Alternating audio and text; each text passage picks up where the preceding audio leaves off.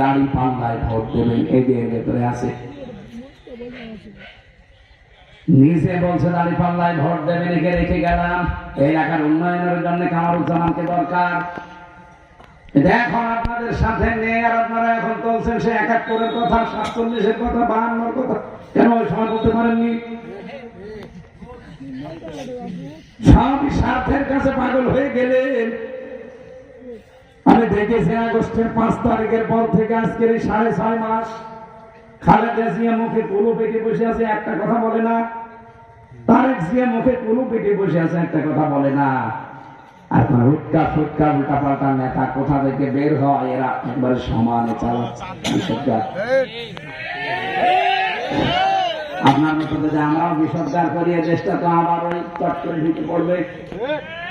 এই জন্য এগুলো বাদ দেন। আজকে নেতা ফখরুল ইসলাম আলমগীর উনি বলেছে সব বাদ দিয়ে আমরা আবার এক হতে চাই, নয়তো দেশের অবস্থা ভালো না। এখন টের পাচ্ছি জাহান্নাম হয়ে যাবে যখন ২ দিন পরে।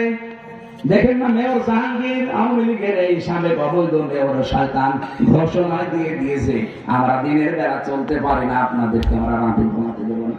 ঠিকই ৩-৪ দিন কি অবস্থা, প্রতিদিন সারা দেশে ২০-২৫ জন করে কুপিয়ে মেরে ফেলছে। এই জন্য জিরো টলারেন্স দিয়েছে প্রশাসন। আজকে যৌথ বাহিনী অভিযান আজকে থেকে চালাচ্ছে।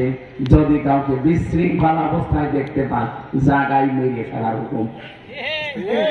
এই জন্য কারো উস্কানিতে পা দিতেছেন না। যারা উস্কানি দেয় তারা তো এখানে নেই, তারা তো ঠিক বিভিন্ন জায়গায় মদ খেয়ে মাতাল হয়ে আছে। কয়েকদিন আগেও মালয়েশিয়া ছিলাম, সিঙ্গাপুরে ছিলাম, থাইল্যান্ডে ছিলাম। ওই শয়তানরা সব ওই সমস্ত জায়গায় যে হোটেলে উঠেছে। ওরা বানিয়েছে মালয়েশিয়া সাহেব পাড়া, থাকে না, থাকে হচ্ছে হোটেলে। যে হোটেলের নামে নিচে দেখি ২ শয়তান চা খাচ্ছে। কি গো, তো হুজুর আমরা আগেই পাচ্ছি। কেন ওই সাহেব পাড়ায় থাকবেন না?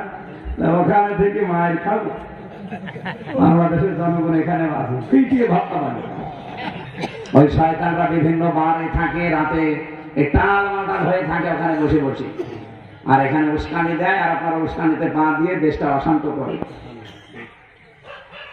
ডক্টর ইউনূস এখন নেমে গেল, কি করবেন আপনি? নির্বাচন দিয়ে দিল, রাতের ভোট আবার দিনে হয়ে কয়েকদিন পরে ওরা আসবে।